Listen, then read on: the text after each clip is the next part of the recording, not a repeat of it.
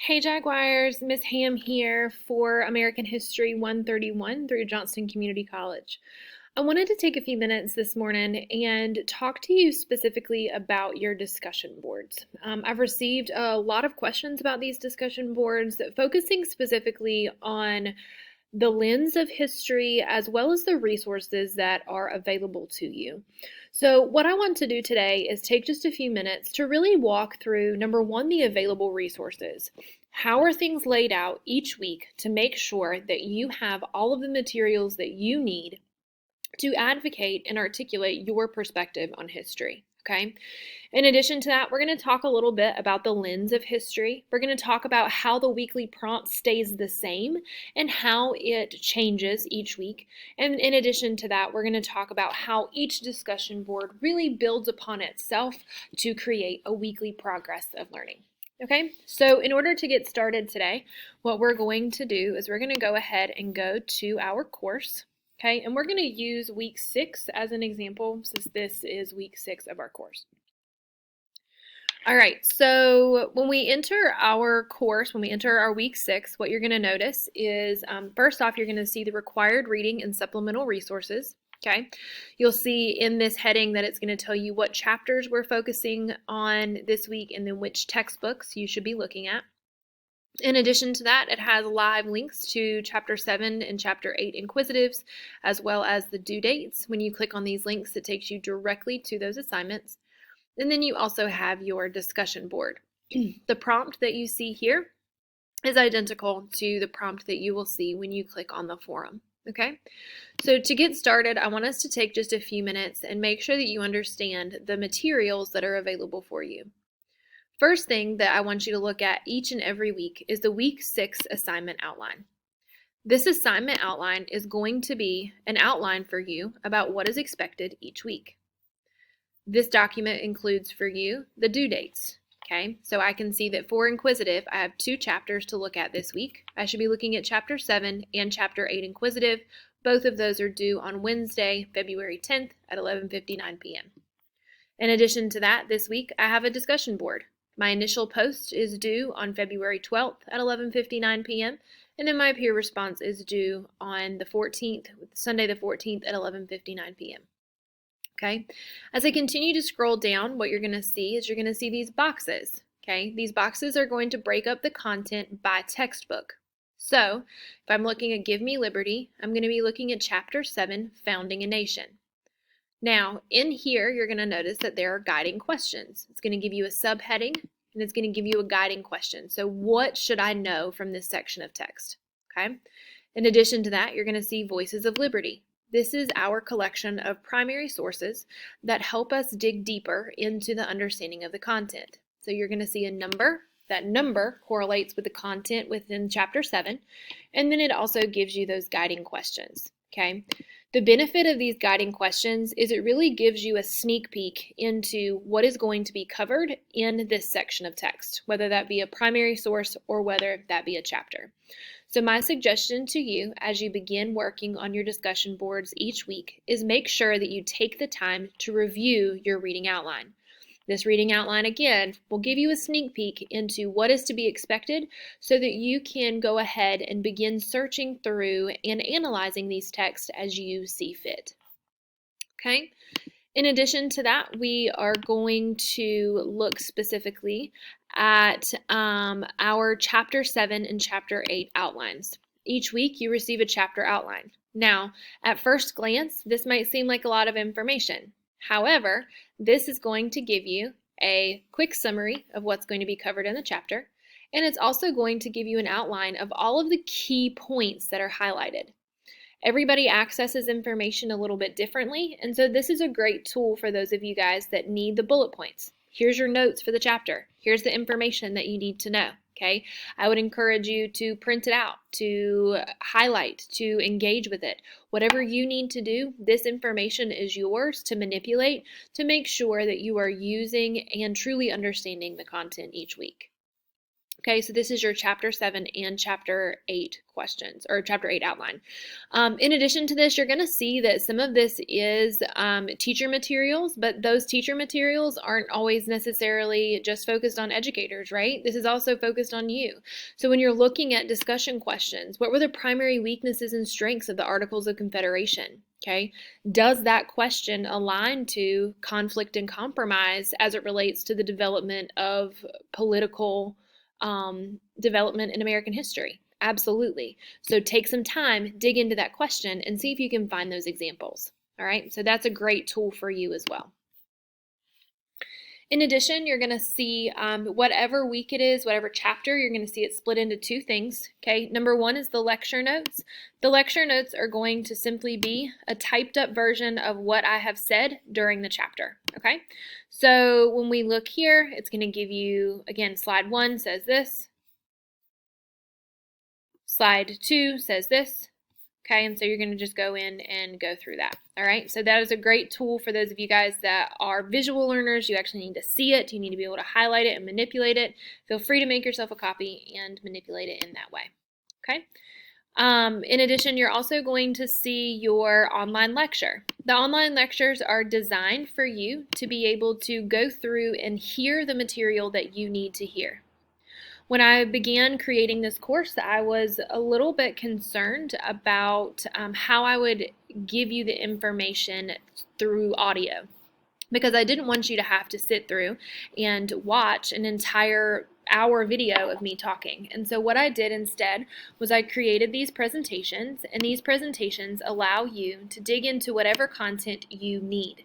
Okay, and so if you'll notice, you're going to be able to see the directions here. And then when you open it in PowerPoint, you should be able to begin the study of begin listening to whatever the content is. Okay, and again, that correlates exactly to the lecture notes. In addition, this information right here, these key points, should align, pretty closely to those chapter outlines. Okay. Now, let's go ahead and let's dig into our discussion boards. Okay. When we talk about the discussion board, you're going to notice that these discussion boards have pretty much stayed the same. The reason that these discussion boards have pretty much stayed the same is because we are answering the same question over and over, with the exception of we are changing the content and the perspective in which you are answering that question. Okay. So the question for each week is, how have conflict and compromise contributed to the development of political, socioeconomic, or cultural aspects of American history? Okay, that is the primary piece. How have conflict and compromise contributed to the development of one of those areas or lenses of history? Okay, now it's going to give you which lens of history you should be focusing on. So for week 6, you're going to notice that it's bolded and underlined throughout the majority of the directions. You are going to be focusing specifically on the political lens. Okay. Remember that as you're talking about this political lens and the examples of conflict and compromise, I'm not looking for a summary. I can read the text. What I'm looking for is for you to tell me, number 1, your basic understanding, and number 2, how has this understanding changed? How has it developed? What connections have you made? Okay, and so when you look down here, all of these questions from here all the way down to the bottom are examples of things that you might want to include in your response. Okay, so you might want to tell me, in what ways were you able to identify conflict and compromise? Okay, how do you believe that through the political lens of history, Americans struggled? How do you believe that they were able to find success? How did it lead to stronger American politics? Or how did it lead to weaker American politics? Okay, and so what I'm really looking for is, how does your understanding of history impact the world around you, as well as your understanding of that historical event, idea, or person? All right. Some of you guys have done a really, really good job with this. Some of you guys have struggled specifically with the lens of history, and so I want to talk to you specifically about what I mean when I discuss the lens of history. If I were to take my phone and I were to put a lens over this, say it was a red colored lens, okay? Anything that I look through, anything that I look at through this camera will be the color red. What I'm asking you to do each week is I'm asking you to look through the lens. I'm asking you to look through the lens of politics. I'm asking you to look through the lens of culture. I'm asking you to look through the lens of socioeconomic status. Okay? I want you to look through that lens. Now, what that means is when I open up my chapter, okay, and so what I'm going to do is I'm going to go ahead and I'm going to open up my Voices of Freedom, okay? And when I open up, I'm looking for specifically examples of politics. Okay, so I'm going to look at American innovations in government, and I'm going to scroll down to the bottom, and I'm going to look at these key questions to tell me if this is an example of politics. Okay, from my perspective, Ramsey feeling that the Constitution is important in political innovation might tell me that this would be an example of how things have changed. And so I'm going to take some time and I'm going to read through it and I'm going to highlight the things that are important. Okay, but what I'm doing again is I'm looking through each resource as if I'm looking through the lens. I am only looking for politics this week as I share my perspectives. Your understanding of the content, okay, overall will be included within the inquisitive assignments that you do each week. All right? So remember, again, that lens is what do I see? How have I seen America change through that lens throughout this specific time frame? Okay? So if I'm looking at chapter 7, I don't need to be covering material that's in chapter 13. If I'm looking at chapter 7, I want to look at politics in chapter 7. If I'm looking at culture, I want to look at culture in chapter 7, whatever that looks like. Okay, so when looking at this, please do not feel overwhelmed by the amount of material that is here for you. The reason that this material is here for you is to provide you a structured outline and ideas of how you might share your perspective. All right. Now, one other thing that I wanted to touch base with you about in this video is making sure that you understand that each week your learning builds upon itself. And here's what I mean by that. When you look, when you look at your discussion board, and you talk about the political lens of history, and you say, all right, the development of the American Constitution was an example of this because it was a development of conflict and people disagreed, and that disagreement led to a compromise, which essentially led to the foundation of American society, right? So you've come up with this idea and you've really dug deep into it. You've included primary sources, you've included your perspective, you've included a quick summary and just a quick snapshot of what that is. Now you have this bundle of information. This bundle of information from week 6 will be used again as you look at your Unit 2 assessment. Okay, and so what you should see along the way, so week 6, I've gathered this information, I've put it together in a nice pretty box as I look at my discussion board. Okay, same thing for week 8, week 9, week 10, and then when I get to my unit assessment, now I have all of these materials that I've already sifted through, that I've already looked through, that I've already explored, and I've dug deep into for me to be able to articulate what is it that I've learned throughout this chapter and how is it that politics or culture or economics has changed along the way. Okay.